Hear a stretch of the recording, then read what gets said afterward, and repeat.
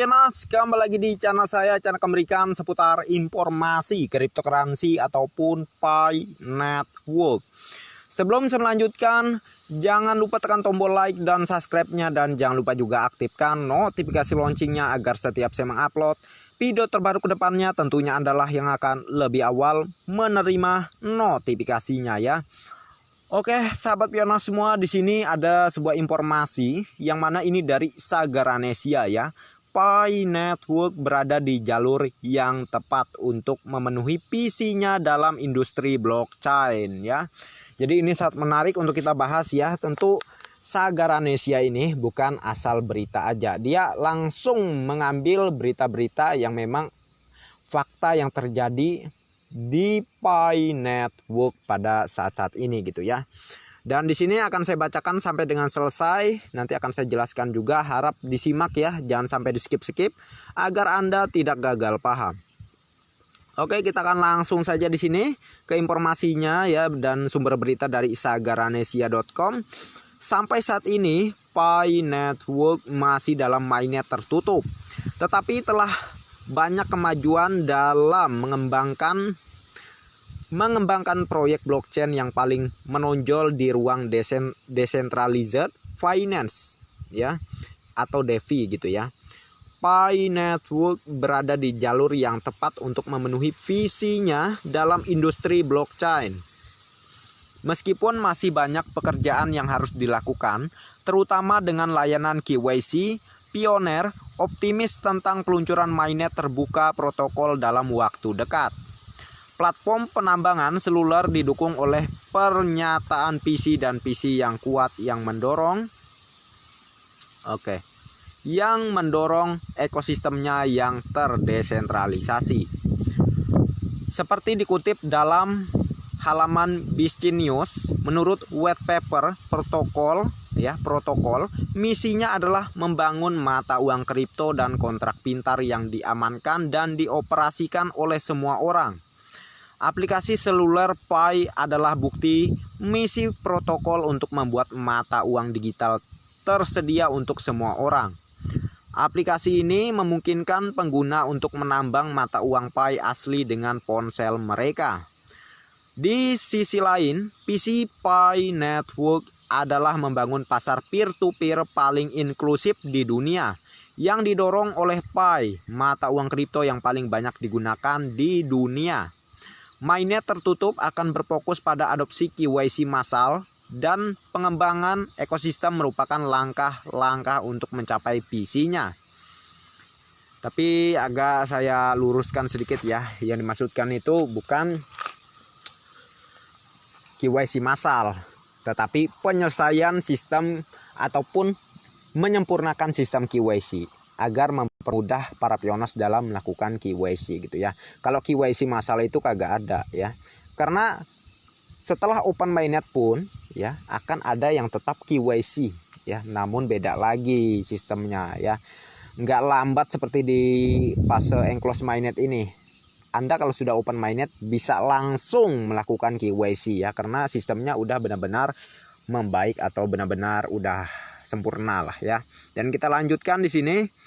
Saat ini Pi Network telah melakukan pengembangan dengan mengadakan hackathon bagi para pioneers yang tertarik untuk membangun ekosistem Pi.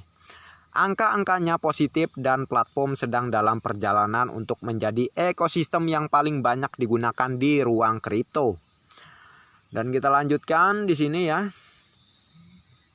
Oke. Kita ke sesi keduanya di sini. Oke.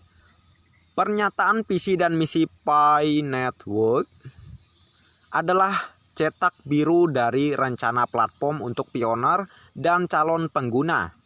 Ketika mainnet terbuka ditayangkan setelah KYC menjangkau banyak pengguna, protokol akan membangun pasar peer-to-peer yang paling inklusif di industri. Oke, dan kita lanjutkan. Pi Network adalah cryptocurrency baru dan platform pengembang yang memungkinkan pengguna seluler untuk menambang koin Pi tanpa menguras baterai perangkat. Blockchain Pi mengamankan transaksi ekonomi melalui sistem meritokrasi seluler dan pengalaman Web 3 lengkap di mana pengembang komunitas dapat membangun aplikasi terdesentralisasi ya dApps untuk jutaan pengguna. Oke. Jadi kalau pandangan orang-orang itu terkait Pi ini ya masih sebagai cryptocurrency gitu ya. Kalau cryptocurrency kan pada umumnya yang ditradingkan gitu ya di bursa-bursa exchange. Tapi modelnya kalau Pi ini beda lagi, sangat berbeda jauh ya. Dia dipergunakan sebagaimana uang ya. Jadi nama yang lebih tepat untuk Picoin adalah uang digital gitu ya. Kalau dia tujuannya untuk masuk exchange, sudah saya bilang udah lama sekali dia masuk exchange ya. Malahan pihak exchange saking kebelatnya ya, membuat Picoin IOU atau Picoin tiruan gitu ya. Padahal sudah dilarang pihak core team ya. Pihak core team nggak terima Picoinnya itu di fase ini masuk ke bursa atau exchange gitu ya. Nggak terima pihak core team. Oke. Jadi kalau misalnya maksud saya, jadi itulah penyebab gitu ya, penyebab open mainnet tertunda karena pihak core team lebih memfokuskan membangun ekosistem agar ke depan ya Picoin ini tidak masuk bursa atau exchange yang berakibat harganya akan sama turun naik seperti Bitcoin atau Ethereum gitu ya.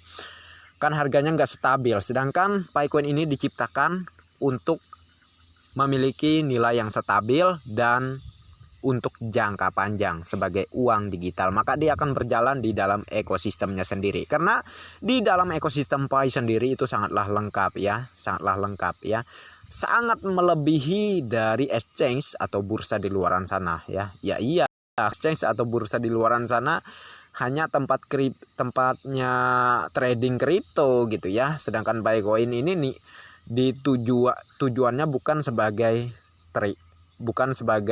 crypto trading gitu ya.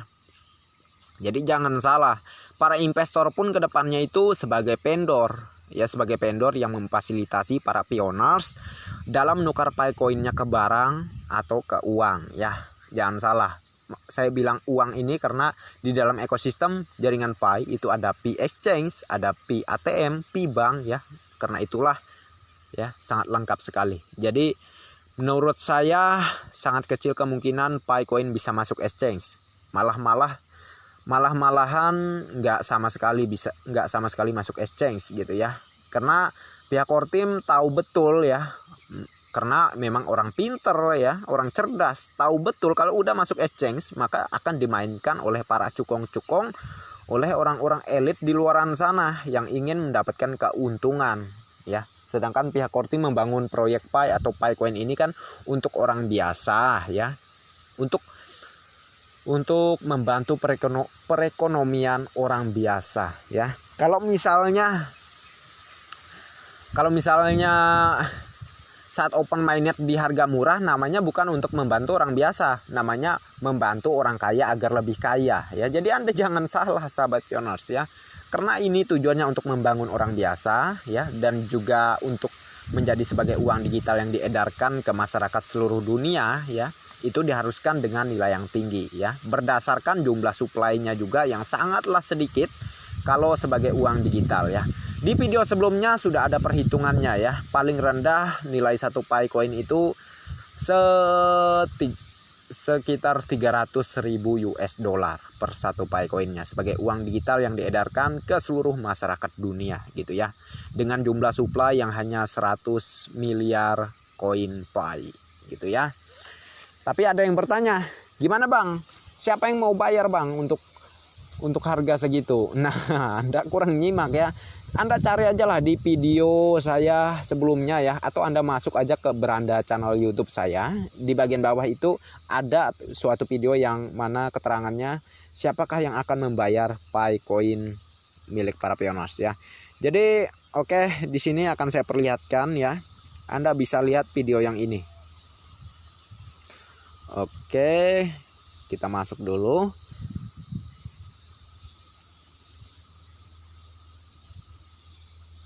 Oke, proses ya.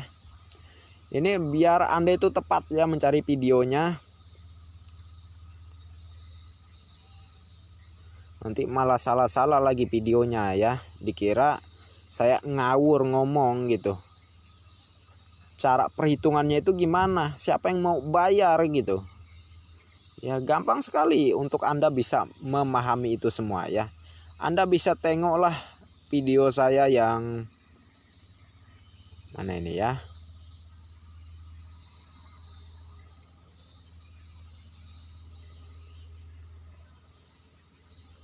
Oke ya, jadi oke belum ya. Ada videonya sahabat pioners.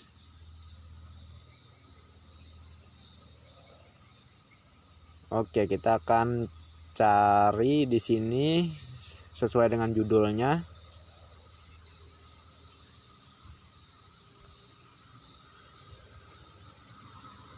Terbaru.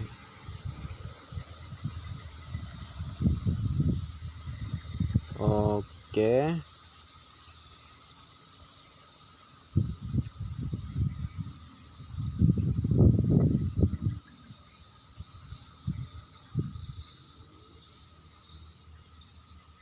Kayaknya udah jauh ya videonya, paling bawah ini kayaknya. Oke, ini videonya ya.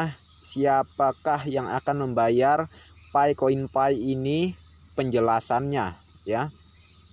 Nah, kalian bisa tengok video inilah ya, supaya kalian itu tambah cerdas ya. Dengan nilai begitu tingginya Picoin, semisal paling rendah 300.000 US dollar per satu Picoinnya. Jadi bagaimana itu ya? Arahnya ke depan itu bagaimana bisa dengan harga segitu ya? Siapa yang akan membayar ya? Di sini akan dijelaskan ya, di sini akan dijelaskan siapakah yang akan membayar Picoin Pi ini, penjelasannya ya. Silakan tengok video yang ini agar Anda makin cerdas. Salam cerdas Indonesiaku.